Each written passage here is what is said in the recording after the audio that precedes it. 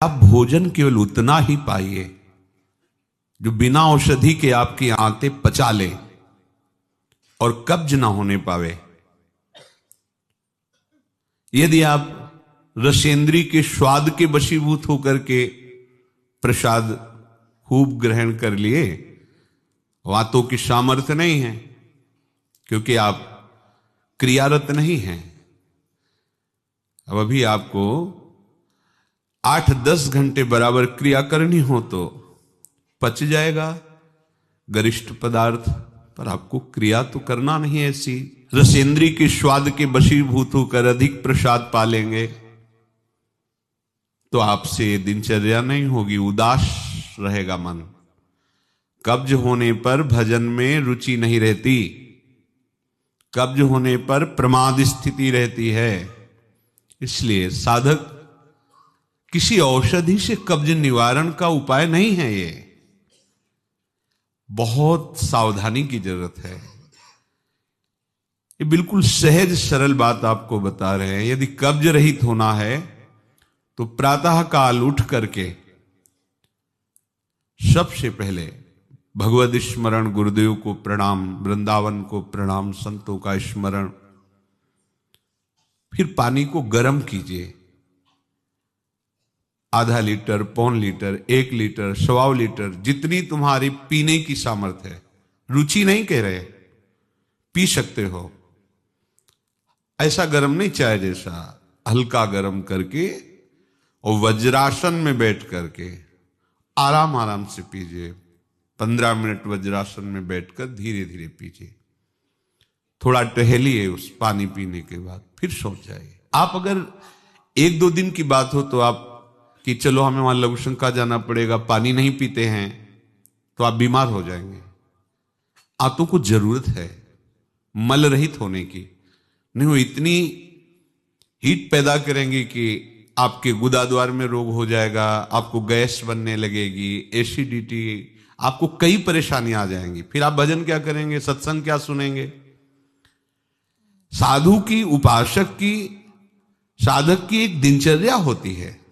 ऐसा नहीं होता कि मनमानी आचरण। आपकी दिनचर्या सही नहीं तो आपका भजन कहां से सही होगा। आपका जब पेट साफ रहेगा तो आप आराम से प्रसन्न मुद्रा में भजन कर सकते हैं। आपकी आंतों की सामर्थ्य समोसा, चटनी और ये मूंग का हलवा, ये विविध प्रकार के पदार्थ पचाने की नहीं है। ये उनकी है जो बहुत मेहनत करते हैं, किसान हैं, सेवा कार्यरत हैं। आपको तो बस मूंग की दाल या घिया की सब्जी और 2 रोटी प्राण पोषण के लिए चाहिए।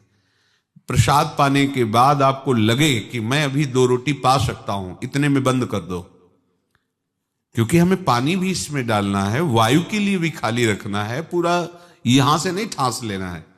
इसके बाद तुम घूमो वैद्यों के पास कि कब्ज है, पेट में गर्मी है, धातु रोग हो गया है। ये सब लक्षण तुम्हारी प्रमाद स्थिति के हैं। मनमानी आचरण। भागवतिक सत्संग के साथ साथ आपकी शारीरिक दिनचर्या के भी सत्संग हुए हैं। ऐसा नहीं कि ऐसी बात पहली बार बता रहे हैं। कब्ज रहेगा तो स्वाभाविक वीर्यपात हो जाएगा। आप गलती के आचरण करेंगे तो नस नाड़ियां इतनी शिथिल हो जाएंगी कि बिना किसी प्रयास के वीर्यपात हो जाएगा। नाना प्रकार की मन की जो वृत्तियां हैं उनको रोकने के लिए पहले हमें थोड़ा शरीर को स्वस्थ रखना है।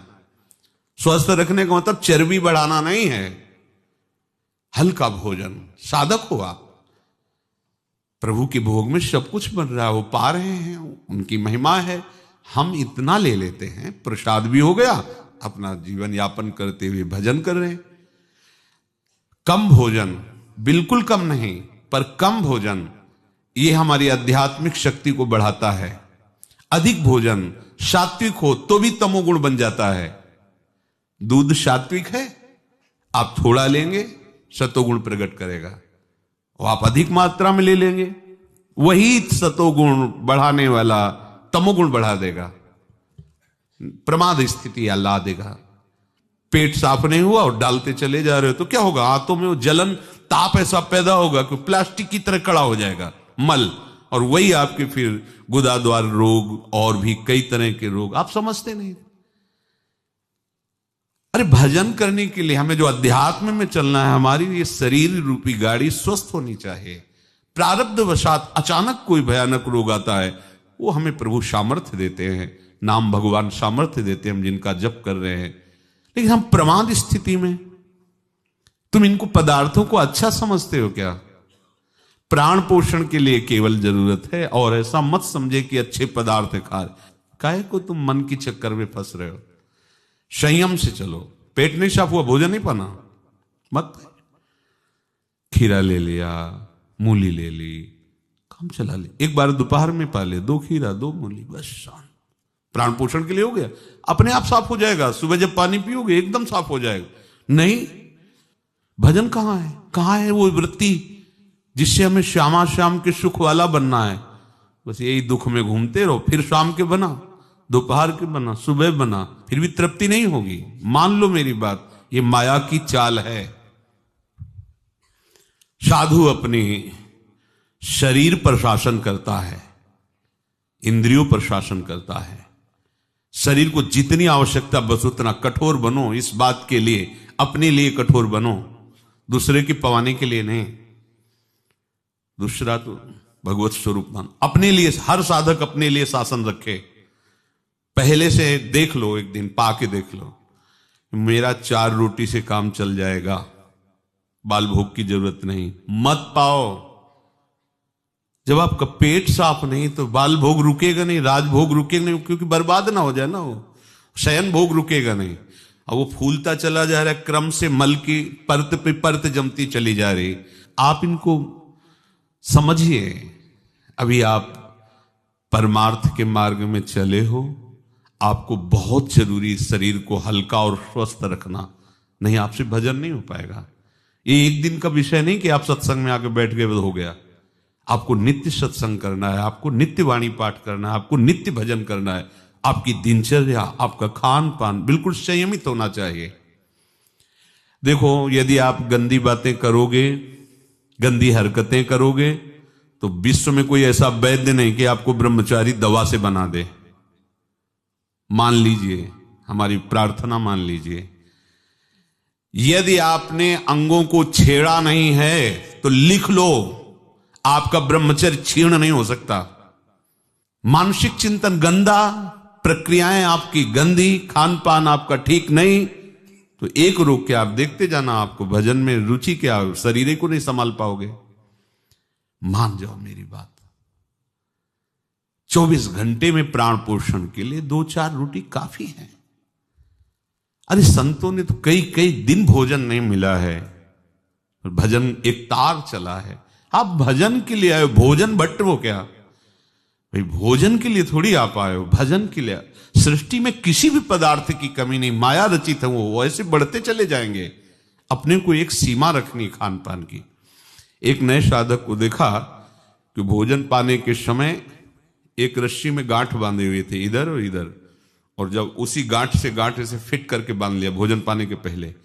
बस जहां पाए तो रस्सी टाइट, जहां रस्सी टाइट हुई तो बस छोड़ दिया, भोजन में ही छोड़ दिया ऐसे। फिर कोई कितना भी प्रयास करो नहीं पाते थे। ये बाहर है, आंतरिक जितेंद्रियता की बात नहीं। इसकी जरूरत नहीं रस्सी की पेट में बांधने की, पर अच्छा लगा। प्रारंभिक स्थिति में ठीक है कि हाँ जहां टाइट होगा तुम खोल, मतलब बंद कर देंगे, तो उसे पहले ही देख लो कि हमें इतना पाना। ये जहर है और ये जीवन है, दोनों बात समझो। अधिक पौष्टिक पदार्थ आपको ब्रह्मचर्य नहीं रहने देगा। अधिक पौष्टिक पदार्थ आपकी आंतें खराब हो जाएंगी, पच नहीं पाएगा, क्योंकि आपसे सेवा नहीं होती। अगर 8-10 घंटे पसीना वाली सेवा हो कि फावड़ा चल रहा है, आप हल जोत रहे हैं, बड़ी मेहनत कर रहे हैं, दौड़ भाग हो रही, चलता रहेगा।